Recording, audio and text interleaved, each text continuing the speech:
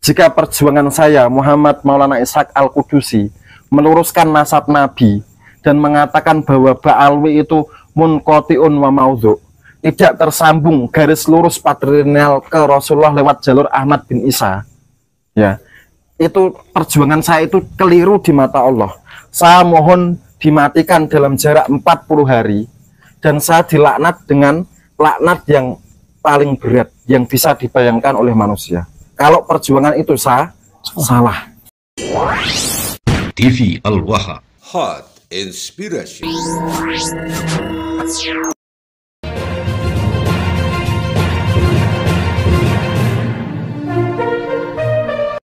Sepertinya ini sudah sampai titik puncaknya. Oke, monggo silakan. Ini harus mubahalah ya, karena ini sudah waktunya ini. Sepertinya Gus Fakih itu ya memang meminta saya untuk bermubahalah, maka ya nggak apa-apa lah, nggak apa-apa demi rakyat Indonesia. Monggo Panglima Mijil. Nah, ini bisa disaksikan, ini Al-Quran benaran, 30 juz lengkap ya. Ini saya bermubahalah sekaligus menantang mubahalah bagi yang masih ngeyel untuk membela Ba'alwi. Saya juga menentang mubahalah, monggo. Dan ini saya mubahalah seperti yang dulu, sumpah dan ditanamkan. Yang melecehkan mubahalah ini bahkan akan terkena akibatnya, ingat. Oke. Seperti itu. Nah, ini surat Fatihah. Jadi saya di sumpah Gus Fakih pada malam ini dengan Al-Quran betulan. Oke. Ini saya lakukan karena saya masih melihat banyaknya kiai atau ulama atau tuan guru dimanapun yang masih jadi muhibbin. Walaupun seluruh nakib di dunia nggak ada yang mengakui Ba'alwi sebagai dzurriyyat Nabi. Monggo Mas. Silakan. Panglima Mijil ini Panglima Laskar Sabilillah dari Banyumas Raya. Monggo silakan. Silakan. Bismillah wa billah wa minallah wa ilallah wa fi sabilillah wa ala millati Rasulullah Muhammadin sallallahu alaihi wasallam. Tawakkaltu 'ala Allah, masyaallah kana wa ma lam yasha' lam yakun. La haula wa la quwata illa billahil aliyil azim. Hasbunallah wa ni'mal wakil. Waraddallahu alladhina kafaru bighaidhihim lam yanalu khaira. Wa kafallahul mu'mininal qital. Wa kafallahul mu'mininal qital. Wa kafallahul mu'mininal qital. Wa kanallahu qawiyyan aziza. Saya seorang hamba Allah yang dhaif, penuh dengan dosa dan kesalahan dan kekurangan, Muhammad Maulana Ishaq, orang Kudus asli ya, dan sekarang saya tidak berada di Kudus, tidak menetap di Kudus seperti itu. Dengan malam ini saya bermubahalah agar Allah saksikan dan Allah menurunkan keputusannya lebih cepat daripada kilat, seperti itu. Ya Allah, jika perjuangan saya Muhammad Maulana Ishaq Al-Qudusi meluruskan nasab Nabi dan mengatakan bahwa Ba'alwi itu munqati'un wa maudhu, tidak tersambung garis lurus patrilineal ke Rasulullah lewat jalur Ahmad bin Isa, ya, itu perjuangan saya itu keliru di mata Allah. Saya mohon dimatikan dalam jarak 40 hari dan saya dilaknat dengan laknat yang paling berat yang bisa dibayangkan oleh manusia. Kalau perjuangan itu salah. Tapi kalau memang perjuangan saya itu benar, ya, kalau perjuangan saya memang benar menurut Allah seperti itu, saya mohon Allah mendatangkan hukumannya dan penghakimannya dan keputusannya kepada seluruh Habib Ba'alwi yang masih tega menipu seluruh warga Indonesia Raya, kepada Habib yang masih menyebarkan kesesatan dan pembelokan sejarah dalam ceramah-ceramahnya, wabil khusus tokoh-tokoh Habib yang terutama satu, memprovokasi perang antar pribumi, Habib Rizik bin Syihab, Jakarta. Kemudian yang kedua, Habib Bahar bin Smith yang selalu mengobarkan kebencian dan selalu mengajarkan ketidakpercayaan kepada aparatur negara. Kemudian yang ketiga, Habib Husain Ba'agil Tuban, pemilik Majelis Ar-Ridwan. Kenapa seperti itu? Karena ini pesanan dari guru saya, karena dia diam-diam di belakang layar bergerak mematikan dan melakukan lobby-lobby. Yang keempat, semua tokoh-tokoh Habib besar, terutama yang membelokkan sejarah dan lain-lain. Aku meminta, jika aku benar ya Allah, hukumlah mereka dengan hukumanmu. Hakimilah mereka dengan penghakimanmu. Ya Allah, jadikanlah takdirmu di bumi sebagaimana takdirmu di langit. Ya Allah, jadikanlah takdirmu di bumi sebagaimana takdirmu di langit. Ya Allah, jadikanlah takdirmu di bumi sebagaimana takdirmu di langit. Allahumma ij'al qudratika fil ardi ka qudratika fis sama. Allahumma ij'al qudratika fil ardi ka qudratika fis sama. Allahumma ij'al qudratika fil ardi ka qudratika fis sama. Amin. Amin. Amin. Ini kalau orang agama Nasrani pasti tahu, paham, itu doa minta keputusan dari Nabi Isa alaihissalam sebelum diangkat ke langit. Seperti itu. Itu khusus. Yang umum Ketua Robitul Alawiyah juga. Ya semua Habib. Kalau mereka tidak meletakkan klaim sebagai dzurriyyat Rasulullah Muhammad garis lurus, saya doakan kena mubalah kali ini. Karena itu doa puncak kemarahan saya seperti itu. Begitu ya. Oke. Cukup? Cukup. Nah, baik, terima kasih. Kemudian Terima kasih. seperti ini. Terima kasih. Karena apa ya? Oke. Seperti yang saya katakan bahwa warga pribumi jangan mau diprovokasi perang. Jangan mau dijadikan bemper oleh Habib Rizik bin Syihab dan tokoh-tokoh Ba'alwi dan tokoh-tokoh FPI. Mereka itu kan membranding orang PWI sebagai PKI ya. Saya tanya sama Gus Fakih, coba sebutkan tokoh-tokoh PKI yang berasal dari klan Ba'alwi Habib, coba. Kalau di Indonesia yang jelas DN Al-Aidid. Marga Al-Aidid. Al-Aidid. Ada juga Barakbah. Yang di Kalimantan Sofyan itu ya? dan Sofyan sama Ahmad Barakbah itu ya. Kemudian Al-Munawar. Kalau tidak salah Musa Al-Munawar. Musa Al-Munawar. Itu juga terkonfirmasi adalah anak bawaan ketika dikawin sama ayahnya yang baru.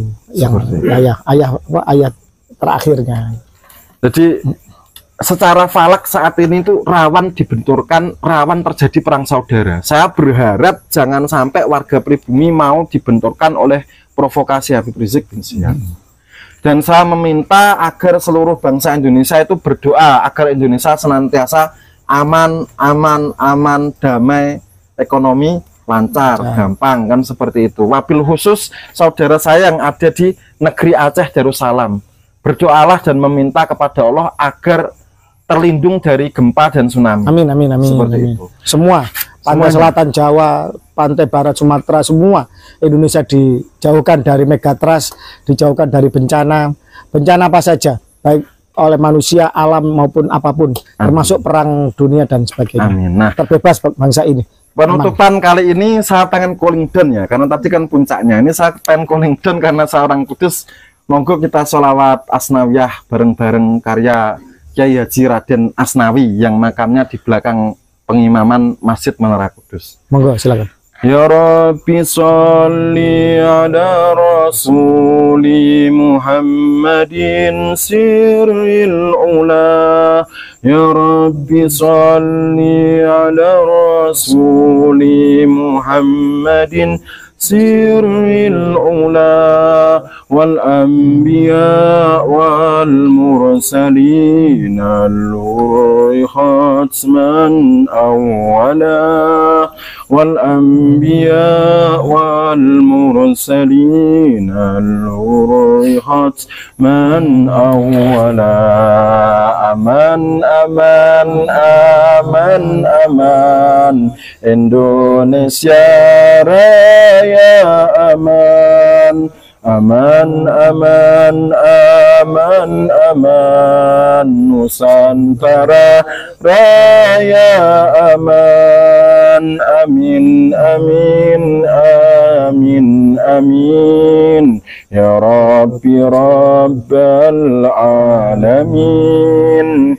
Amin, amin, amin, amin wa ya mujibasailin. Semoga Indonesia Raya aman, tanpa dawir, tanpa penipuan. Amin. Amin.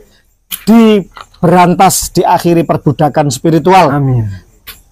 Dijauhkan dari kapitalisasi agama. Amin. Dijauhkan dari para bahaya dan orang-orang jahat yang ingin menyengsarakan pribumi Nusantara. Semoga Nusantara jaya selalu. Amin. Terima kasih. Begitu aja pemirsa seluruh saudara-saudaraku sebangsa dan setanah air. Pada malam hari ini di bulan akhir Muharram, saya akan mengutip tentang epos kepahlawanan. Di bulan Muharram ini tepatnya tanggal 10, yaitu di hari Asyura. Seorang cucu Nabi yang tidak diragukan lagi sanadnya, nasabnya, yaitu Sayyidina Husain bin Ali, putra Fatimah binti Rasulullah. Beliau siap sendirian.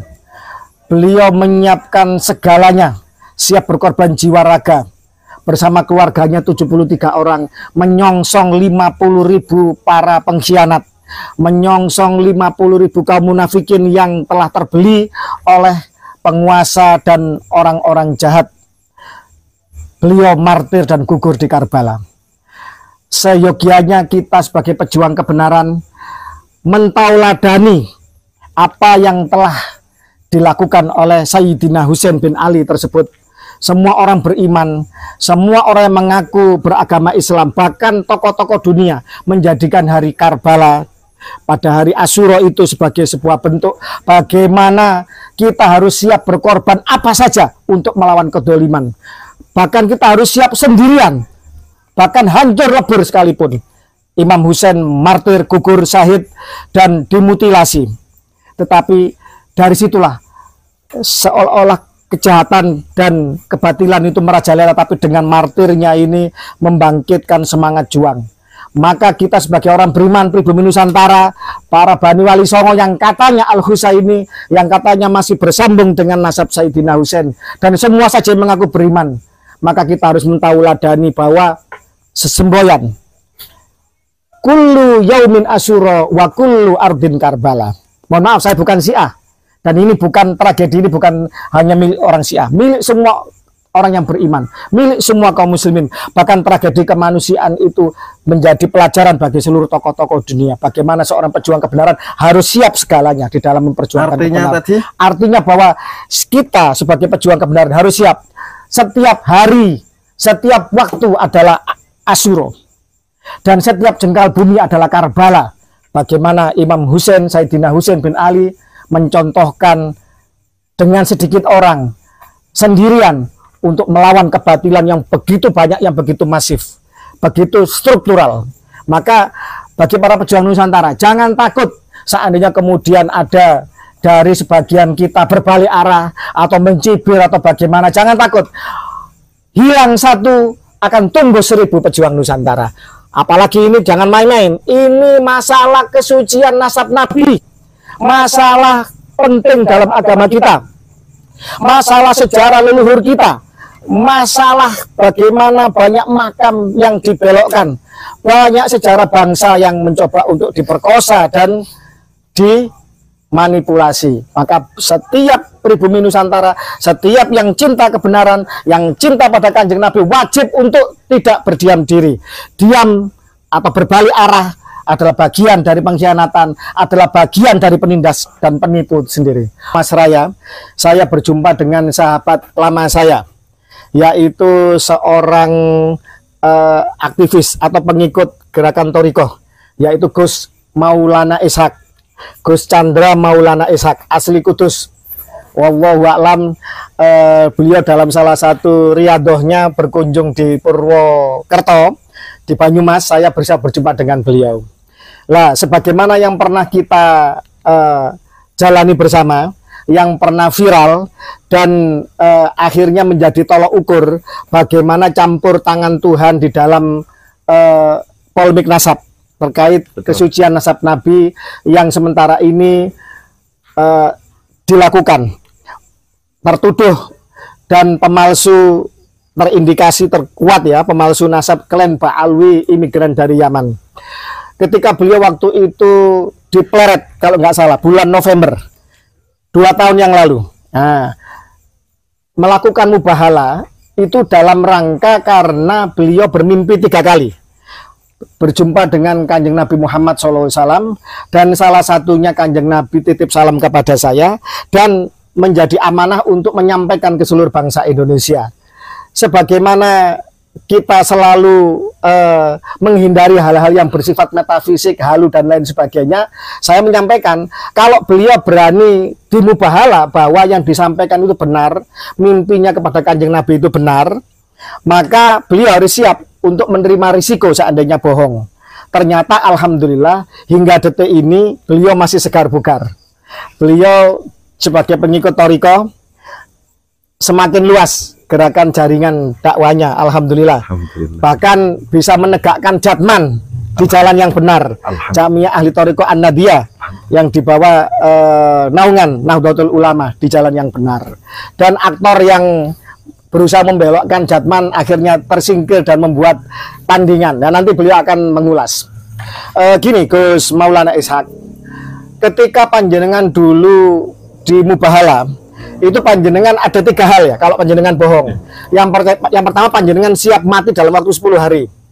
Nyatanya hingga hari ini panjenengan segar bugar, sehat. Ya, dan semakin tanggal 20 Juli 2025 ya. Ya, oke. 20 Juli 2025. Panjenengan semakin menyala, semakin segar. Yang kedua, panjenengan siap untuk menjadi umatnya Rasulullah yang pertama kali masuk neraka dan menjadi yang terakhir kali umatnya Rasulullah yang keluar dari neraka. Itu suatu mubahala dan suatu sumpah yang berat. Terus terang waktu itu saya di samping panjenengan, saya gemetar membayangkan risiko yang bakal panjenengan terima kalau seandainya panjenengan bohong, dan alhamdulillah ternyata tidak terjadi apa-apa. Tetapi begini, apakah itu berdampak? Iya, berdampak. Tetapi yang saya sesalkan, yang saya prihatin, dampaknya itu kepada para muhibbin Habib, bukan kepada Habibnya. Gimana ini? Terus Muhibbin Habib banyaklah, kiai di atas podium di Banten meninggal tiba-tiba, kiai Pasuruan meninggal tiba-tiba, dan kalau saya hitung lebih dari 10 ya, sekitar berapa ya, hitungan panjenengan? Ya kalau dari keterangan tuh Bagus Nur Fadil ya lebih dari 10. Lebih dari 10. Yang terakhir Gus A, inisial A dari Bojonegoro ya, Jawa Timur, itu juga habis mengikuti panjenengan mungkin ya, bermubahala ngangkat Quran, tidak lama kemudian juga meninggal. Ya moga-moga mereka semua husnul khotimah, diampuni semua dosanya. Kita tetap mendoakan kebaikan, karena doa baik kembali baik, doa buruk juga akan kembali buruk. Allah Maha Pengasih, Maha Penyayang. Cuma ini kan efek dari mubahala ini kan secara substansi sebenarnya kan meminta campur tangan Tuhan, meminta keadilan Tuhan, agar Tuhan Allah Subhanahu wa taala mempercepat tentang pembuktian suatu kebenaran atau kebatilan, kan begitu sebenarnya. Tentu saja pasti banyak yang membuli bahwa setiap hal yang bersifat halu, metafisik atau tidak terkonfirmasi secara ilmiah mesti akan banyak orang mencibir. Tapi ya sudah, itu bagian proses, karena dalam agama kita hal yang gaib wajib diimani, ya kan? Innalladzina amanu, ya apa? Alladzina yu'minuna bil ghaibi. Semacam itu. Karena beliau mursyid, saya tes langsung benar dalilnya. Oke, baik, terima kasih. Lah, Bung Maulana Ishak, saudaraku, ini gimana fenomena kok banyak habaibnya seolah-olah baik-baik saja? Ya, ada sih ya beberapa yang meninggal, tapi kan tidak signifikan. Tetapi justru pribumi-nya, muhibbinnya, pendukung mereka yang banyak meninggal. Terus banyak juga di antara pribumi yang menjadi pengkhianat, jongos-jongos mereka yang terang-terangan dulu bersama barisan pelurusan nasab, tiba-tiba berbalik arah. Gimana menurut panjenengan? Silakan. Begini, ini kebetulan saya kemarin ya, sehari 2 hari yang lalu itu saya bertanya kepada guru ini kok tiba-tiba ada beberapa orang-orang besar yang berbalik arah atau berhenti begitu. Nah, itu guru saya itu kemudian mengajari firman Allah di Quran surat Ali Imran yang bunyinya a'udzubillahi minasyaitonirrajim wa may yanqalib ala aqibaihi fala yadurrullaha syai'a wa sayajzillahu syakirin. Jadi kalau dalam sebuah perjuangan itu sunatullahnya ada yang balik arah, ada yang mundur, itu sunatullah, sebuah hukum kepastian dari Allah. Dan sunatullahillati qad khalat min qablu walan tajida li sunnatillahi tabdila. Jadi sunnah Allah itu ya yang sudah-sudah itu nggak ada pembatalan, nggak ada perubahan. Jadi dalam setiap perjuangan itu pasti ada yang berbelok arah, mundur atau bagaimana. Berarti bukan hal yang aneh ya. Bukan hal yang aneh. Oh, tiba-tiba Sudah lumrah, kenceng bagi saya ya. lumrah. Tiba-tiba kemudian berbalik arah. Mulai hari ini saya tidak mau tampil lagi atau istirahat. Ya, itu atau sunatullah. kemudian istilahnya berbalik arah ya kan. itu Berbalik arah sunatullah. jelas-jelas gitu ya. Nah, cuman di situ kan wasayat zilau syakirin, tapi Allah itu akan membalas orang-orang yang berjuang di jalannya untuk menegakkan kebenaran. Kenapa saya itu repot-repot mengorbankan banyak hal ya. Saat di Kudus dalam posisi yang sulit. Oke. Banyak yang muridnya Habib Lutfi bin Yahya itu, karena saya ikut merongkat tarikatnya Habib Lutfi itu, banyak yang sampai sekarang masih benci. Jadi gini ya, tak ingatkan ya, dulu itu pembentukan FMI, Forum Mursyidin Indonesia, itu digagas oleh teman saya, Kiai Labib Anwar, Ketua Idarah Jatman Musto DIY. Pada tanggal 3 Agustus 2024 ya, itu beliau itu mendatangi Kiai Halwani bersama saya dengan guru mursyid saya. Saya ada foto nih. Dan itu mendapuk dan memaksa Kiai Halwani untuk berani menjabat sebagai Ketua Umum Rois Idaroh Aliyah Jatman. Itu dari itu. Kemudian guru saya yang saya tidak berani menyebutkan nama, itu melobi seluruh mursyid yang ada di Indonesia. Seperti itu. Akhirnya Kiai Halwani ya berani karena desakan dari guru saya dan organisasi mursyidin yang ada di FMI. Boleh dicek. Saya ada foto nih, masih saya simpan. Seperti itu yang pertama. Nah, cuman kan begini, saya itu apa ya, agak menyesalkan juga. Ini teguran buat Muhyiddin, ya. Bebas kan ini? Saya mengeluarkan keluh kesah. Bebas, boleh, nggak ada boleh masalah, ya? bebas. Nah, ini teguran bagi Muhyiddin. Begini, kita karena orang Muslim itu kita ngaji bersama-sama. Monggo jenengan itu buka Quran surat Al-Ahzab ayat 46. Saya ulangi, Quran surat Al-Ahzab ayat 46. Ini saya pegang mushaf Al-Qur'annya, yang nanti saya buat mubalah ya. Al-Ahzab ayat 46, di sini Allah berfirman, a'udzubillahi minasyaitonirrajim, wada'iyan ilallahi biiznihi wasirajan munira. Dan Rasulullah Muhammad itu berdakwah di jalan Allah itu dengan izinnya, dan sirajan muniro, yaitu dengan pelita cahaya hati yang menembus kegelapan hati orang jahiliyah kafir zaman Rasulullah. Nah, jadi di sini Allah itu mengatakan bahwa orang berdakwah di jalan Allah itu harus ada izinnya, ada SK-nya, ada perintahnya. Gak harus sekedar pintar cuap-cuap kemudian dia dakwah.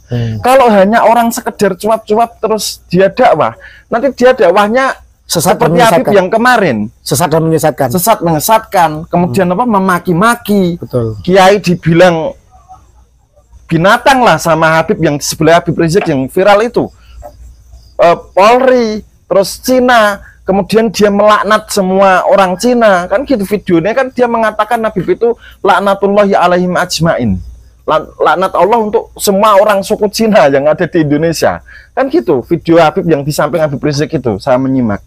Jadi itu menunjukkan bahwa Habib-Habib itu berdakwah itu tanpa izin, tanpa perintah dari siapa? Dari Allah dan Rasulullah. Lewat siapa? Lewat guru-gurunya. Sekarang saya tanya ini karena saya dalam keadaan marah ya. Habib-Habib sudah ditelanjangi, sudah diboroknya, sudah ditelanjangi seperti itu, masih saja merasa berilmu, masih saja tidak tawadhu, masih saja tidak tobat. Sekarang saya tanya, misalnya Habib Rizik ya, ini segi tarekat ini ya, karena saya seorang mursyid, saya akan menggunakan analisa segi tarekat. Jadi Habib Rizik atau Habib Bahar bin Smith atau misalnya Pak Lutfi bin Yahya, Habib Lutfi bin Yahya, atau misalnya lagi Habib Taufik Assegaf ya, Ketua Robito Alawiyah, atau misalnya siapa, Majelis Ar-Ridwan Habib Husain Ba'akil Tuban ya. Itu yang memerintahkan mereka itu berdakwah itu siapa? Yang memerintahkan, mengizinkan mereka membuat majelis taklim itu siapa? Itu ada izinnya, ada istikhlafnya, ada mandatnya.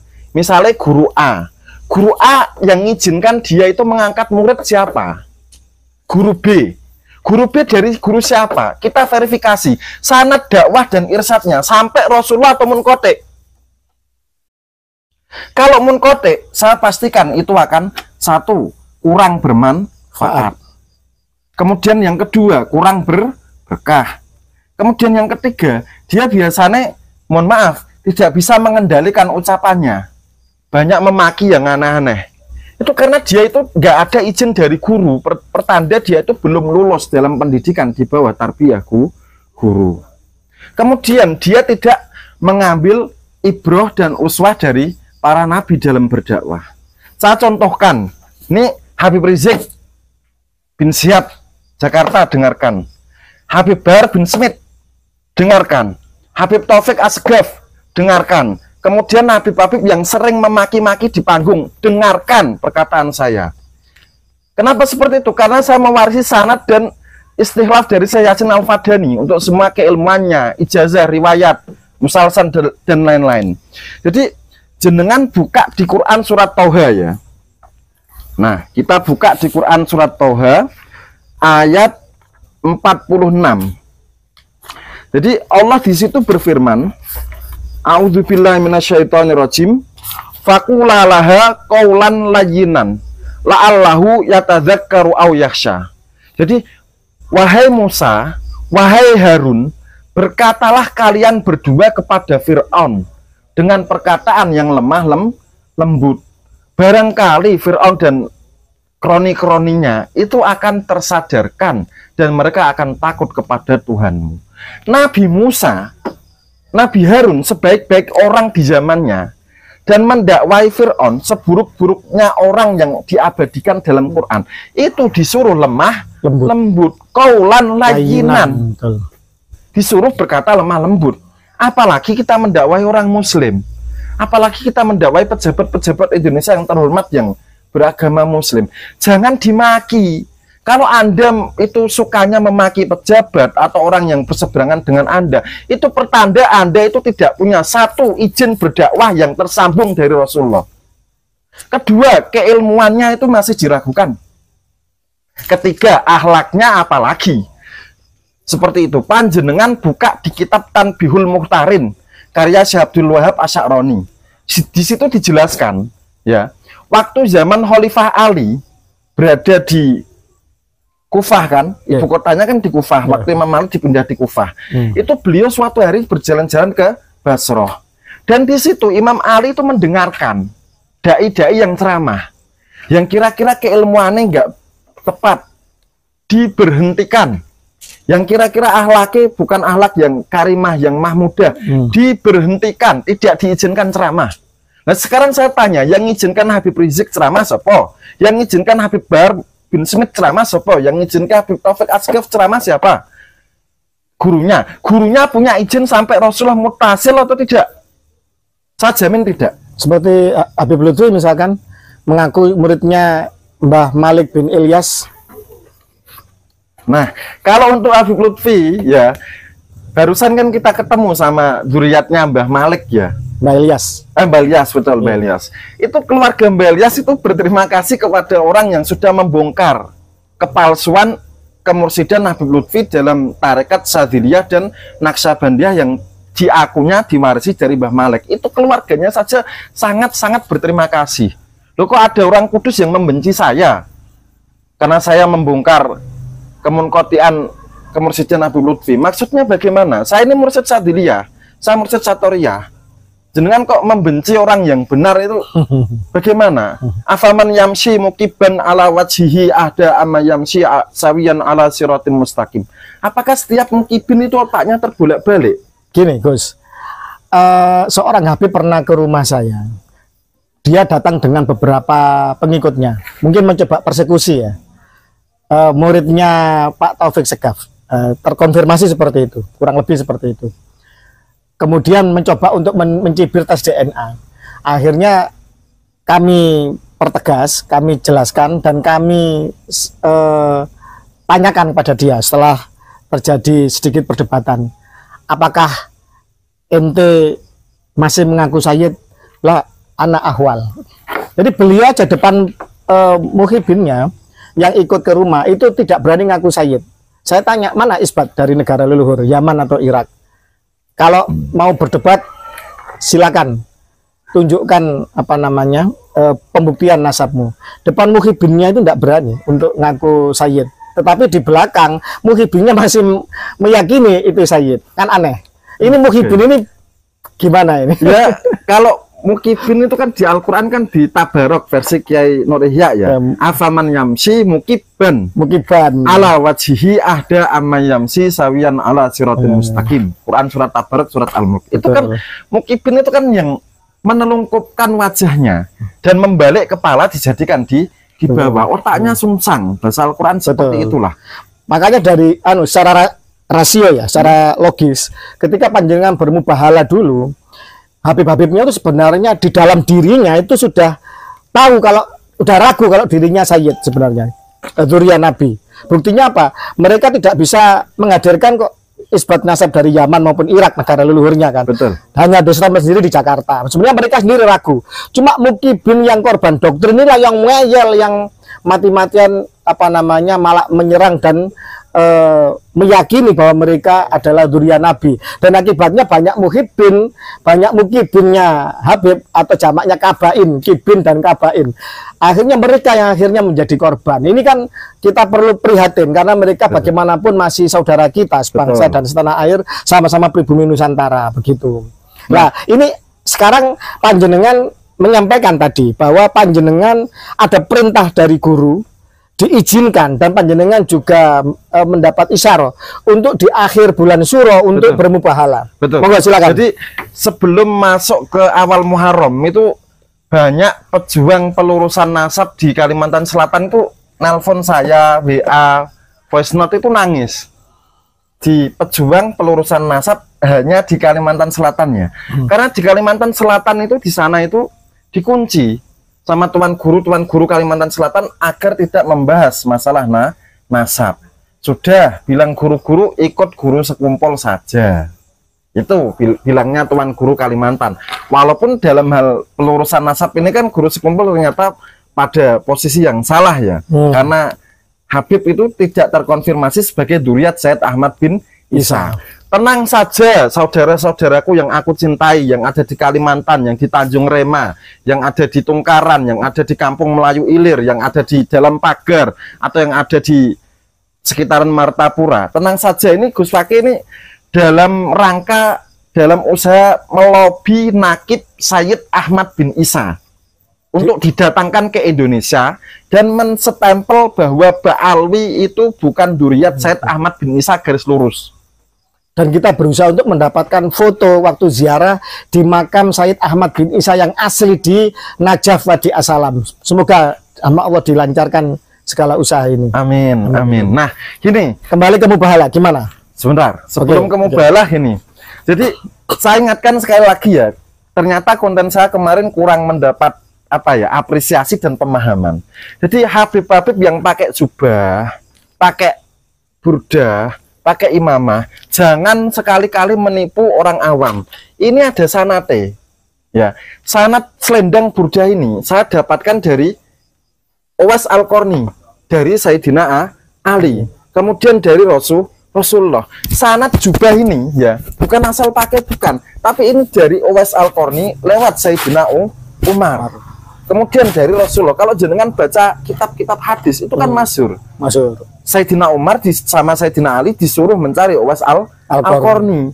Dan itu masing-masing Sayyidina Ali diberi titipan burdah oleh Rasulullah untuk diberikan ke Uwais Al-Qarni, dan Sayyidina Umar juga. Intinya segala atribut seorang agamawan, atau seorang mursyid, atau seorang pendakwah itu selain ajarannya, atributnya pun juga harus ada sanatnya. Harus ada sanatnya. Termasuk imamah yang jenengan pakai.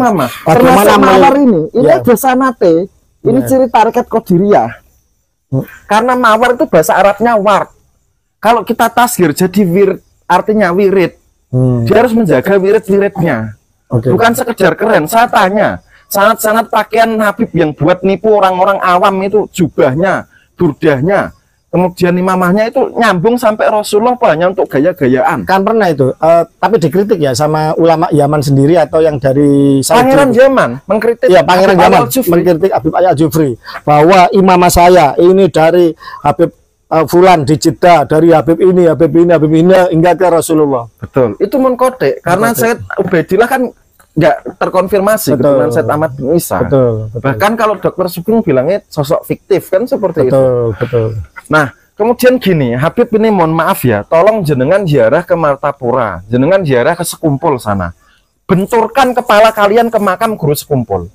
Anaknya guru Sekumpul itu hanya karena beliau itu belum dikasih izin untuk berdakwah secara terbuka. Sampai sekarang anaknya guru Sekumpul itu nggak berani dakwah.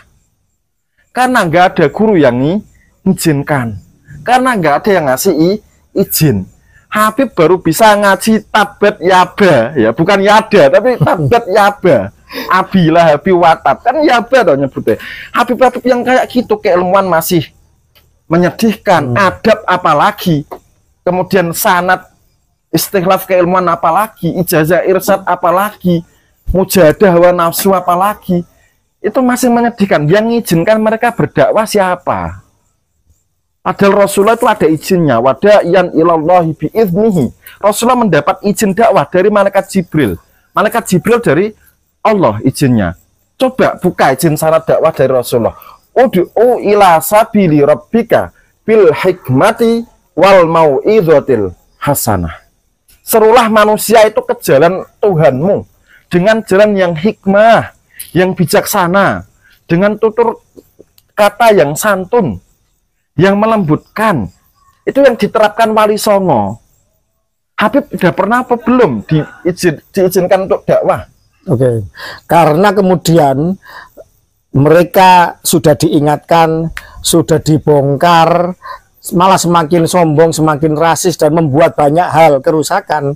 Maka mubahalah yang sekarang ini ditujukan untuk mereka-mereka. Nah, sebelum mubahalah itu, saya menyampaikan perkataan yang juga membawa nama Rasulullah. Ya, oke. Ingat ya, malam ini saya akan menyampaikan perkataan yang membawa nama Rasulullah. Dan ini sebuah konsekuensi yang sangat berat. Nggak mungkin saya berbohong untuk sesuatu hal mengatakan atas nama Rasulullah. Karena saya paham, man kadzaba alayya muta'ammidan fal yatabawa maq'adahu minan nar. Saya paham di situ. Jadi dengarkan ya ini ya. Dengarkan. Ini khususnya Habib Rizik. Ini saya bercerita mimpi saya. Saya harap mimpi ini didengar seluruh Indonesia. Khususnya Habib Rizik dan muhibin-muhibinnya Habib Rizik. 2013. Sudah lama toh, tapi karena mimpi menyangkut Rasulullah dan menyangkut Indonesia, saya masih ingat. 12 tahun yang lalu. Oke, silakan. Nah, waktu itu saya bermimpi datang ke Monas 2013 ya. Nah, di situ saya melihat Habib Rizik itu menghadap Rasulullah.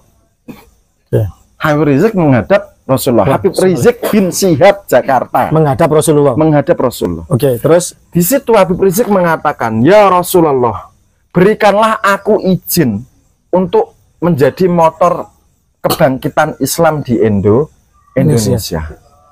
Kan Habib Rizik kan terkenal garang untuk NKRI bersyariah ya.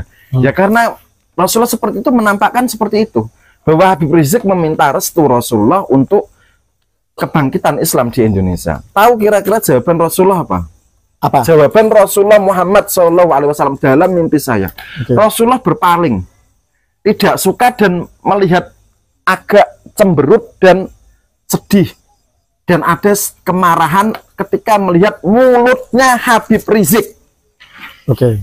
Kira-kira jelas apa enggak? Tolong ini jangan dipotong.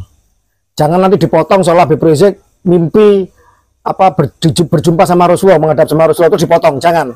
Tetapi apa isi kata-kata beliau dan bagaimana perlakuan Rasulullah ini harus utuh ya.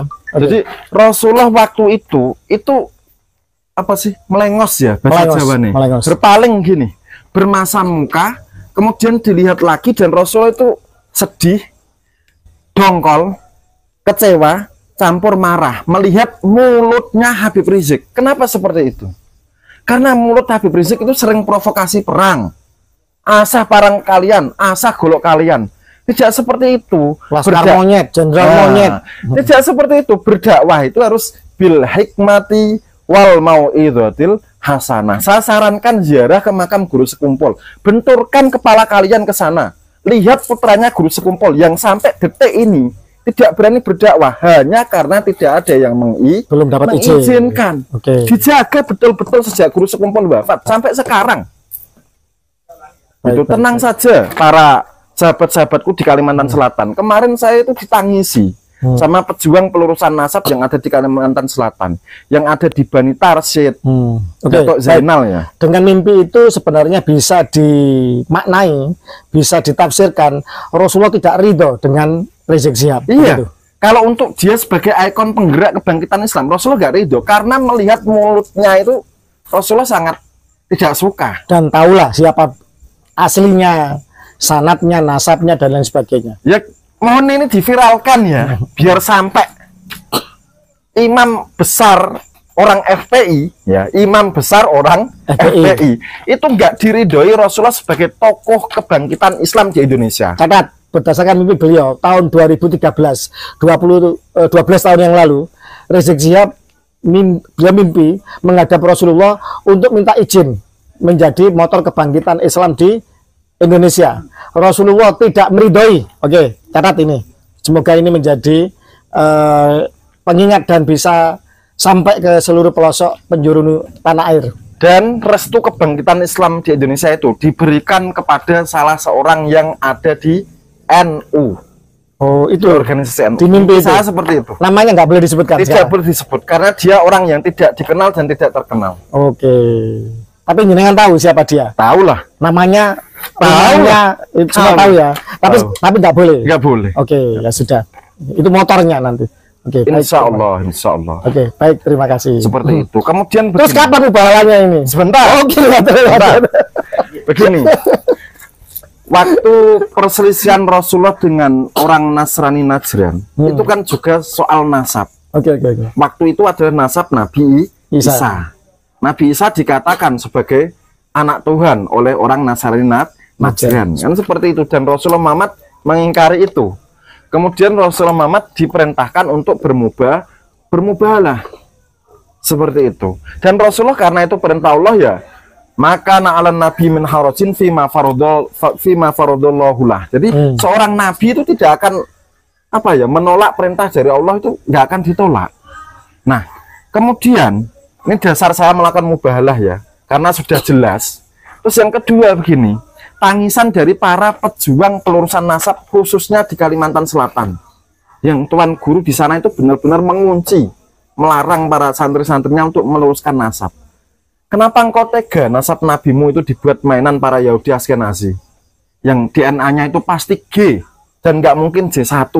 Tidak mungkin mereka itu garis patrilineal jalur laki-laki ke Rasulullah, itu nggak mungkin. Tapi ada juga yang diba'alawikan Hablo grup R ada. Tapi kan nggak mungkin ya. J1 kan nggak mungkin. Seperti itu. J1 dan FGC 10500. Nah, keturunan Imam Ali nggak mungkin. Kenapa ulama Tuan Guru di Kalimantan itu pada diam, malah kesana kerjasama sama klan Ba'alwi? Kira-kira ayo gini aja lah, ulama yang ada di Kalimantan atau yang masih jadi mukibin, ayo adu mubahalah sama saya. Se-Indonesia saya terima tawarannya. Siapapun, baik Habib maupun muhibin, silahkan. Oke. Cuman adu mubahalah saja ya. Saya tidak mau adu kekerasan atau adu lain-lain. Adu mubahalah saja. Karena fakta itu sudah jelas. Jenengan kan sudah ketemu banyak nakib dunia, kan nggak ada yang berani mengisbat Ba'alwi, kan nggak ada. Ini udah keliling ke Timur Tengah, udah melobi banyak nakobnya, ternyata nggak ada. Ketua Nakib Internasional Sayyid Munir As-Suwaiki Al-Husaini Turki, ya itu juga jelas nggak akan berani siapapun. Sayyid Anas Al-Madinah kemarin juga jelas tetap harus dari negara asal leluhurnya, dari keluarganya, keluarga Nakib Sayyid Ahmad bin Isa. Kalau itu berani nisbat, maka yang lain pasti berani, kan begitu. Nah begini, saya dulu 2 tahun lalu kan sudah mengatakan pesan Rasulullah ya, bahwa janganlah seseorang itu menasabkan ke sesuatu yang bukan leluhurnya atau ayahnya. Jadi Rasulullah melarang seperti itu. Sekarang kan Habib kan sudah terbukti mereka bukan dzurriyyat Sayyid Ahmad bin Isa. Jangan diulangi lagi ya. Jadi mubahalah malam ini, saya diminta Gus Fakih untuk bermubahalah melawan para Habib, khusus para Habib pertama.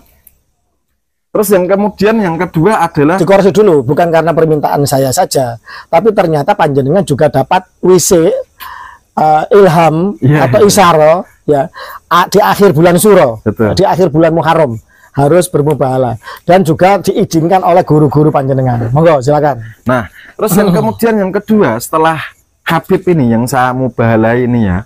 Terus yang kemudian yang kedua itu orang-orang yang mendukung dari propaganda Habib. Entah itu dari golongan Habib atau kiai atau ulama atau pejabat. Ya pokoknya yang satu pergerakan dengan Habib lah. Tega menipu bangsa Indonesia, tega menipu rakyat Indonesia. Itu insya Allah kena dengan efek mubahalah kali ini. Termasuk orang-orang yang dulu membela kemudian pelurusan nasab, kemudian berbalik arah dan memusuhi. Kalau berbalik arah dan tidak memusuhi gimana? Ya saya doakan nggak kena. Tapi kalau sampai memusuhi, sepertinya kena. Kena, oke. Seperti itu. Kemudian, jadi selama berbalik arah tapi tidak memusuhi nggak kena ya? Enggak, insya Allah. Iya. Diam saja. Ini perseteruan antara para pejuang pelurus nasab dengan Mbak Alwi. Mukipin harap minggir dulu lah. Seperti itu. Nah, kemudian didengar ya. Saya kemarin ketika 2 tahun yang lalu mengatakan saya bermubahalah dengan alam. Itu kan orang nggak paham. Orang-orang itu menertawakan saya dan mengatakan saya halu. Jadi bermubahalah dengan alam itu bagi saya ya yang juga belajar ilmu tentang energi, artinya energi mubahalah itu saya tanamkan di bumi seperti itu. Manakala ada orang yang cocok jadi target, ya dia akan terkena. Seperti sumpah, lebih tepatnya seperti sumpah. Seperti contoh, jenengan bisa datang ke kota Kudus, saksikan sampai sekarang dan moga-moga sampai kiamat bahwa di kota Kudus itu nggak ada tanaman tembakau, itu nggak ada tanaman tembakau di kota Kudus, Jawa Tengah, kota saya. Tapi kenapa di situ dikatakan kota kretek? Karena ada ratusan merek rokok, ratusan pabrik rokok yang ada di Kudus. Kenapa itu seperti itu? Karena sumpahnya Sunan Kudus yang telah mengalahkan Kiai Ageng Kedu, Sunan Kedu, Syekh Abdul Basit. Makamnya ada di Gribik, Kaliwungu Kudus. Jadi tembakau tidak akan tumbuh di kota Kudus gitu? Ya. Tapi tembakau yang ada di Kedu, karena itu Sunan Kedu kalah, ditarik ke Kudus. Itu namanya bersumpah dan energinya ditanamkan di alam. Mubahalah saya 2 tahun yang lalu dan kali ini ya energinya saya tanamkan di bumi dan di langit. Untuk dimateraikan, ditetapkan oleh Allah. Seperti itu. Jadi gini, di mubahalah yang dulu waktu di Yogyakarta, tepatnya di Pleret, itu apa namanya, jenengan waktu itu bermubahalah ya bahwa mataharinya Pak Alawi, bulannya Pak Alawi, bintangnya Pak Alawi kalau nggak salah, buminya Pak Alawi akan rungkat dan pecah. Dan ternyata benar bahwa tokoh-tokoh Pak Alawi seperti Pak Lutfi bin Yahya rungkat dari Jatman, kemudian Ketua Robito Alawiyah sekarang juga dibully habis-habisan di media sosial. Tokoh-tokoh Pak Alawi yang halu-halu itu, yang tukang-tukang ceramah itu, itu sekarang Pak Alwi itu artinya ceramah mereka ditolak di mana-mana. Ditolak di mana-mana. Sekarang seperti itu. Banyak mereka yang sekarang mobilnya dijual, tidak bisa lagi mendawir ke masyarakat, dan kemudian mereka bingung, ya kan? Bingung mau kemana, kan begitu. Jadi mempertahankan kebohongan untuk nasib mereka itu satu-satunya cara yang bisa dilakukan. Kalau sampai kemudian rungkat sama sekali juga kasihan kan sebenarnya. Kasihan karena apa, mau kembali ke Yaman ya siapa yang mau nerima ya. Di sini mereka di Yaman nggak diterima ya. Nggak diterima. Mosok sih. Ya buat apa? Wong sana nggak ada manfaatnya di sana. Terus di Indonesia di warga negara Yaman yang melawan Israel ini kan orang Houthi. Terus di Yaman Utara. Di Indonesia punya kewarganegaraan apa enggak ya itu ya para ahli ya? Punya kependudukan. Punya kependudukan, oke. Tapi keturunan imigran. Yang belum pernah bersumpah setia kepada NKRI. Belum pernah. Ya tanya datuknya mereka pernah nggak ngurus kewarganegaraan bersumpah setia? Pemain sepak bola saja itu harus naturalisasi, itu harus sumpah setia itu.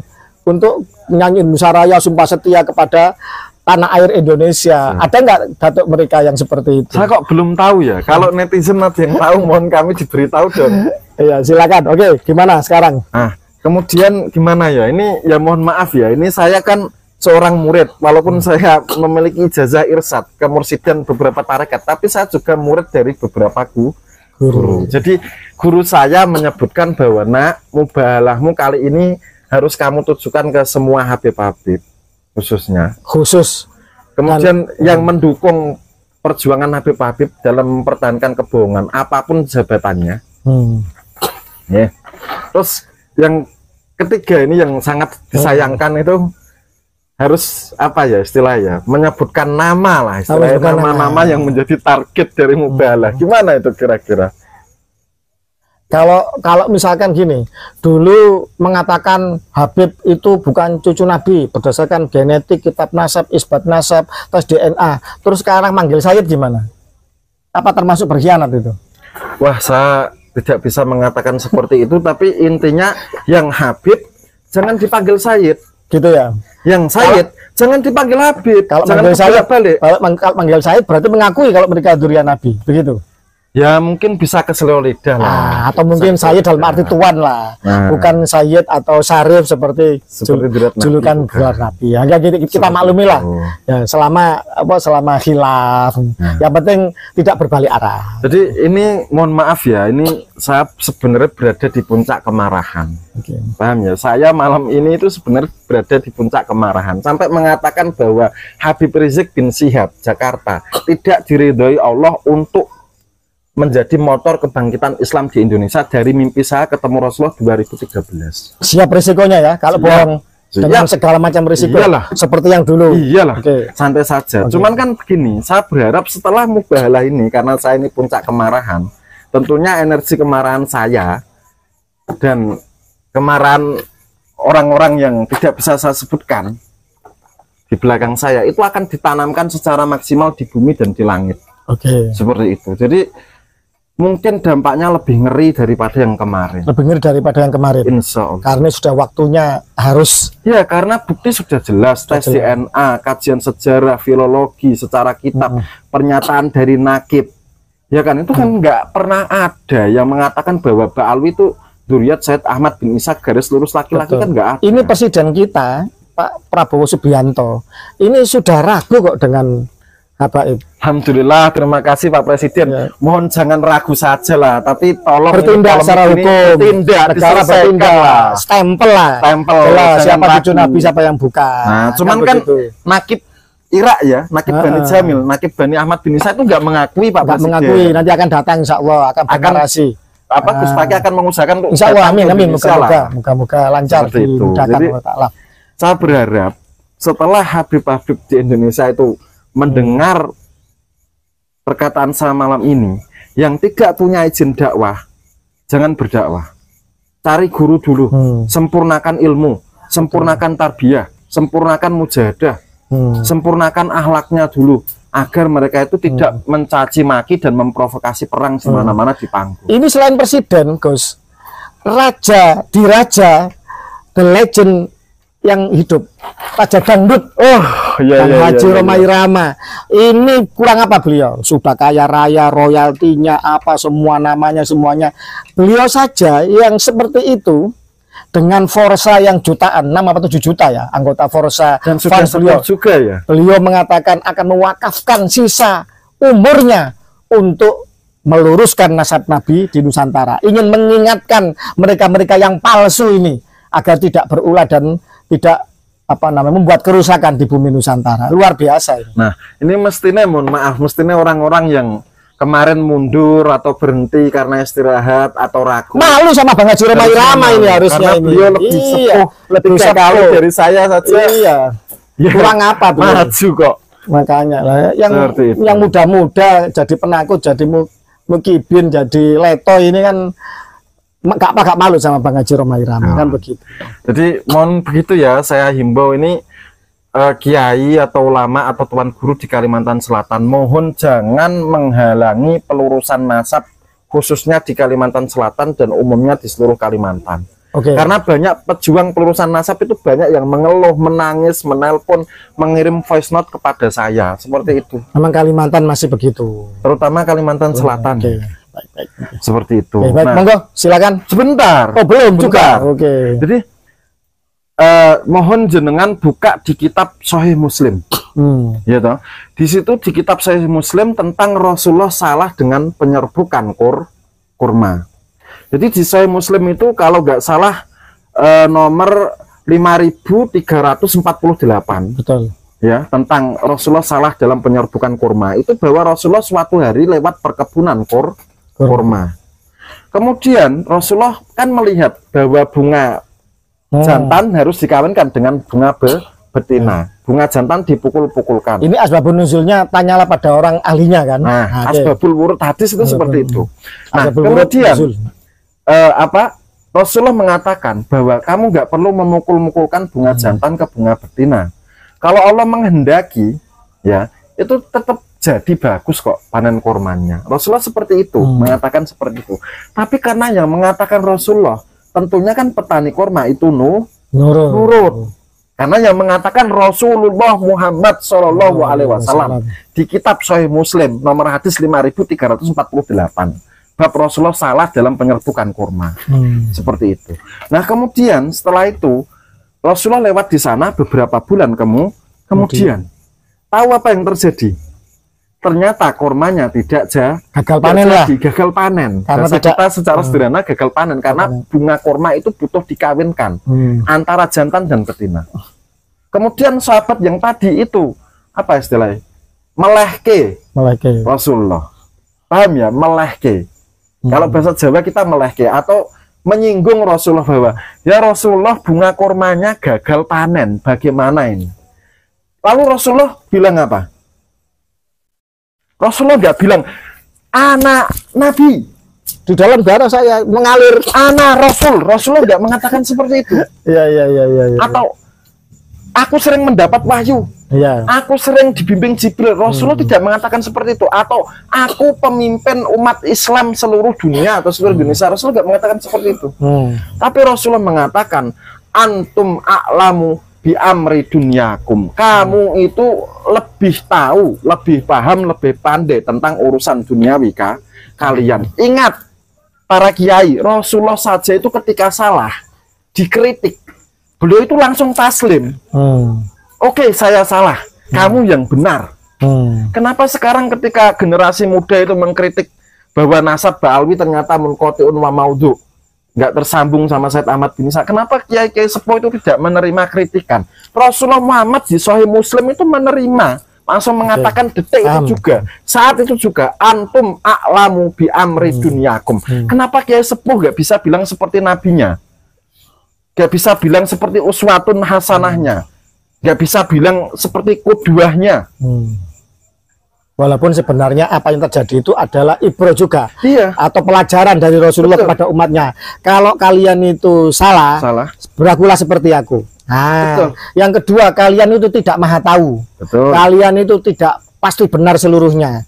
Banyak hal yang kalian tidak tahu. Nah, maka kalian harus terus mencari tahu dan contoh lagi. Nah, dalam tarekat kita diajarkan istighfar 100 kali sehari.